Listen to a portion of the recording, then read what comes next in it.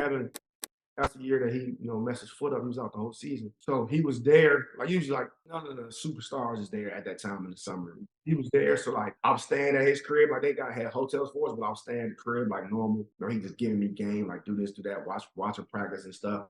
Monty Williams and Billy Donovan was there. They were our coaches. So, he was just like, man, do this, do that. And I had a good showing. Like I had a really, really good showing in Orlando. And I think I had like 22 and 11 one game. And then Cleveland was like his OKC wasn't playing in Vegas. I mean, look, Cleveland's like, man, look, like after y'all last game against the Clippers, we're gonna put you on a flight from Orlando to come play with us in Vegas. And I got out there and I didn't really play like a lot, like I was in OKC, but I was the only guy from the summer league to get invited to training camp. So they invited me to training camp. So now I'm like, here I go from being undrafted to, in training camp 2 months later with Bron and Kyrie and Kevin Love. So I would say OKC and Cleveland gave me my first 2 opportunities. How was that first like training camp with them? I know that was crazy. It was lit. It was lit. It was so much fun.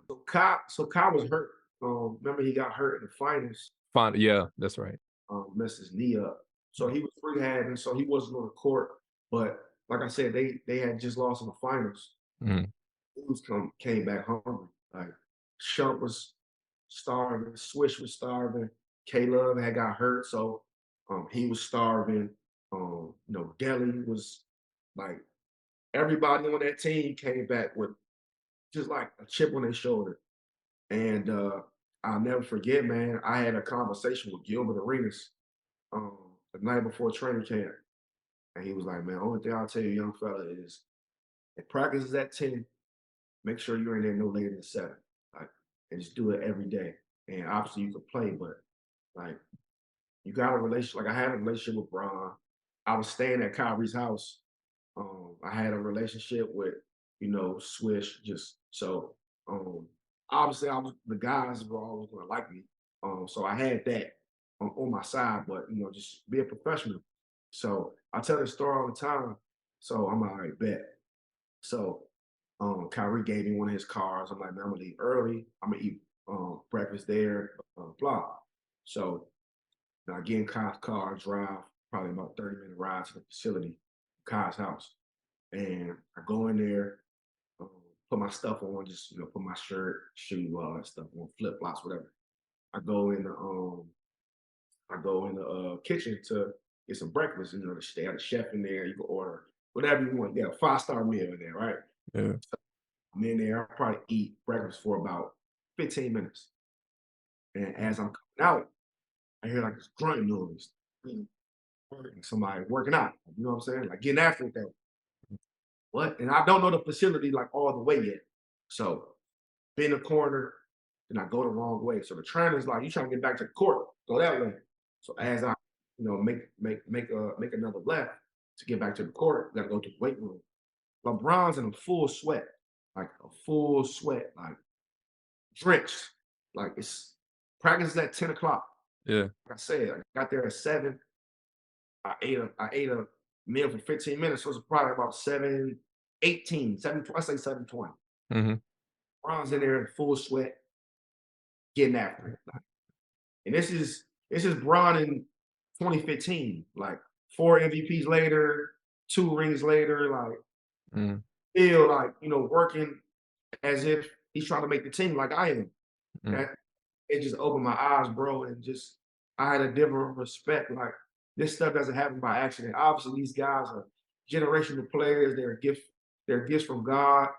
Like they're just different, but like they work for it too. You know what I'm saying? They add the hard work in. So he was always the first one in the gym. Like literally every day, he was the first one in the gym. And he just makes everybody feel like important. Like, you might like some superstars, I'm not saying like I ever saw it, but like some superstars probably not talking to the guy on the exhibit 10 who probably gonna be here for training camp. You know what I'm saying?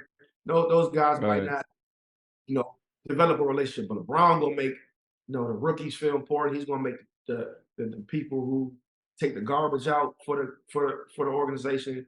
He's gonna have a bond with them. He's gonna have a bond with the guys who rebound for us every day. He's gonna have a relationship with the video coordinator. I mean, like that's his gift.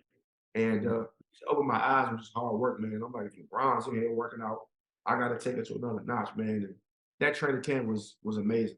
Seeing that, and then along with like your own journey as well, like all the when you were getting called up, getting a 10-day contract. You got a 10-day with the Mavs, and then playing in the G League, being an All-Star in the G. It's kind of like similar to like Justin.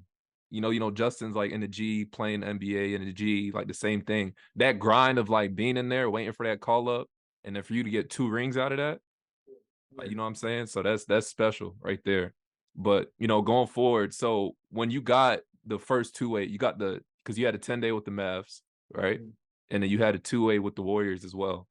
So when you got the 2-way, did you think you'll get caught up? I know the Warriors are known for giving that opportunity, but It was crazy because Dallas was doing this, and obviously I love Dallas. I'm so appreciative of Mark Cuban, Coach Carlisle for giving me my first opportunity. Because I was going crazy in the G, so like it was a breakthrough. Like they kind of started like, all right, enough is enough. Like call up Quinn campaign. Like it was like from everybody. mm, And I remember the All Star game, Isaiah Thomas, like the Pistons Isaiah Thomas. He was commentating the game, and my mom, after the game, I go to my phone. Obviously, like I'm at the game, I can't hear what's being said, but like guys bring their phones out like for like I think they did like a dunk contest or something after. So I go get my phone and Isaiah grabs me. He's like, bro, like you in NBA? I'm like, dang, Isaiah Thomas like knows who I am. Like, he's like, bro, I just did the game, blah, blah, blah. But like I'm stamping you on TV. Like I'm like you're an NBA point guard. Like you're not just a guy like an you're an NBA point guard.